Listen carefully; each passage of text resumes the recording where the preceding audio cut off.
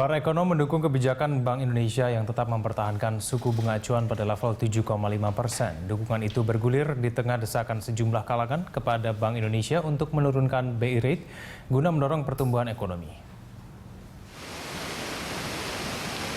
Pro kontra atas kebijakan Bank Indonesia mempertahankan suku bunga acuan pada level 7,5% dalam jangka waktu yang lama kembali bergulir setelah Bank Sentral Tiongkok menurunkan suku bunga acuan sebesar 25 basis poin pada 23 Oktober lalu. Para pelaku usaha di satu sisi menginginkan BI menurunkan suku bunga acuan, dan di sisi lain sejumlah ekonom tetap mendukung BI untuk tidak menurunkan suku bunga. Menurut ekonom DBS Group Research, Gundi Cahyadi, di tengah kondisi ekonomi seperti saat ini, suku bunga acuan lebih baik dipertahankan untuk memperbaiki prospek ekonomi tahun 2016, terutama terkait defisit transaksi berjalan yang berpotensi membesar pada tahun 2016, serta stabilitas nilai tukar rupiah. Karena penguatan dolar diperkirakan masih akan berlanjut akibat membanjirnya pasokan euro dan yen, menyusul kebijakan kuantitatif easing Bank Sentral Eropa dan Jepang.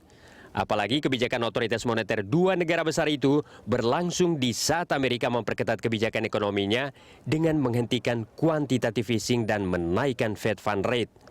Iya, bukan. Jadi sebenarnya yang paling penting itu bukan karena Fed akan naikin suku bunga atau enggak.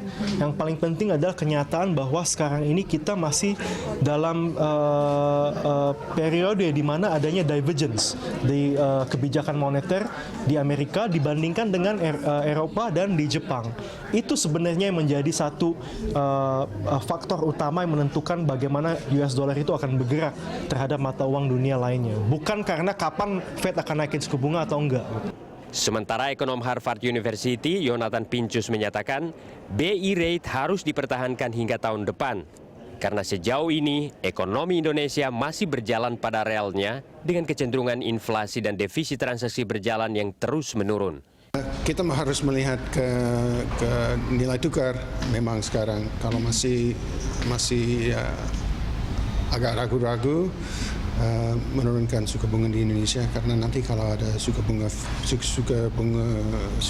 Fed yang akan naik tahun depan, bahwa rupiah bisa melemah lagi.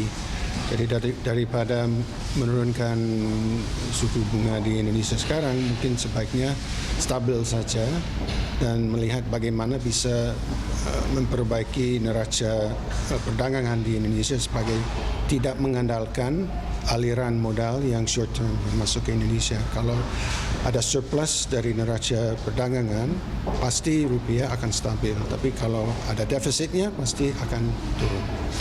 Berdasarkan hasil rapat Dewan Gubernur terakhir, 15 Oktober 2015, BI mempertahankan suku bunga pada level 7,5%. Suku bunga pada level itu sudah berlangsung sejak 12 November 2013.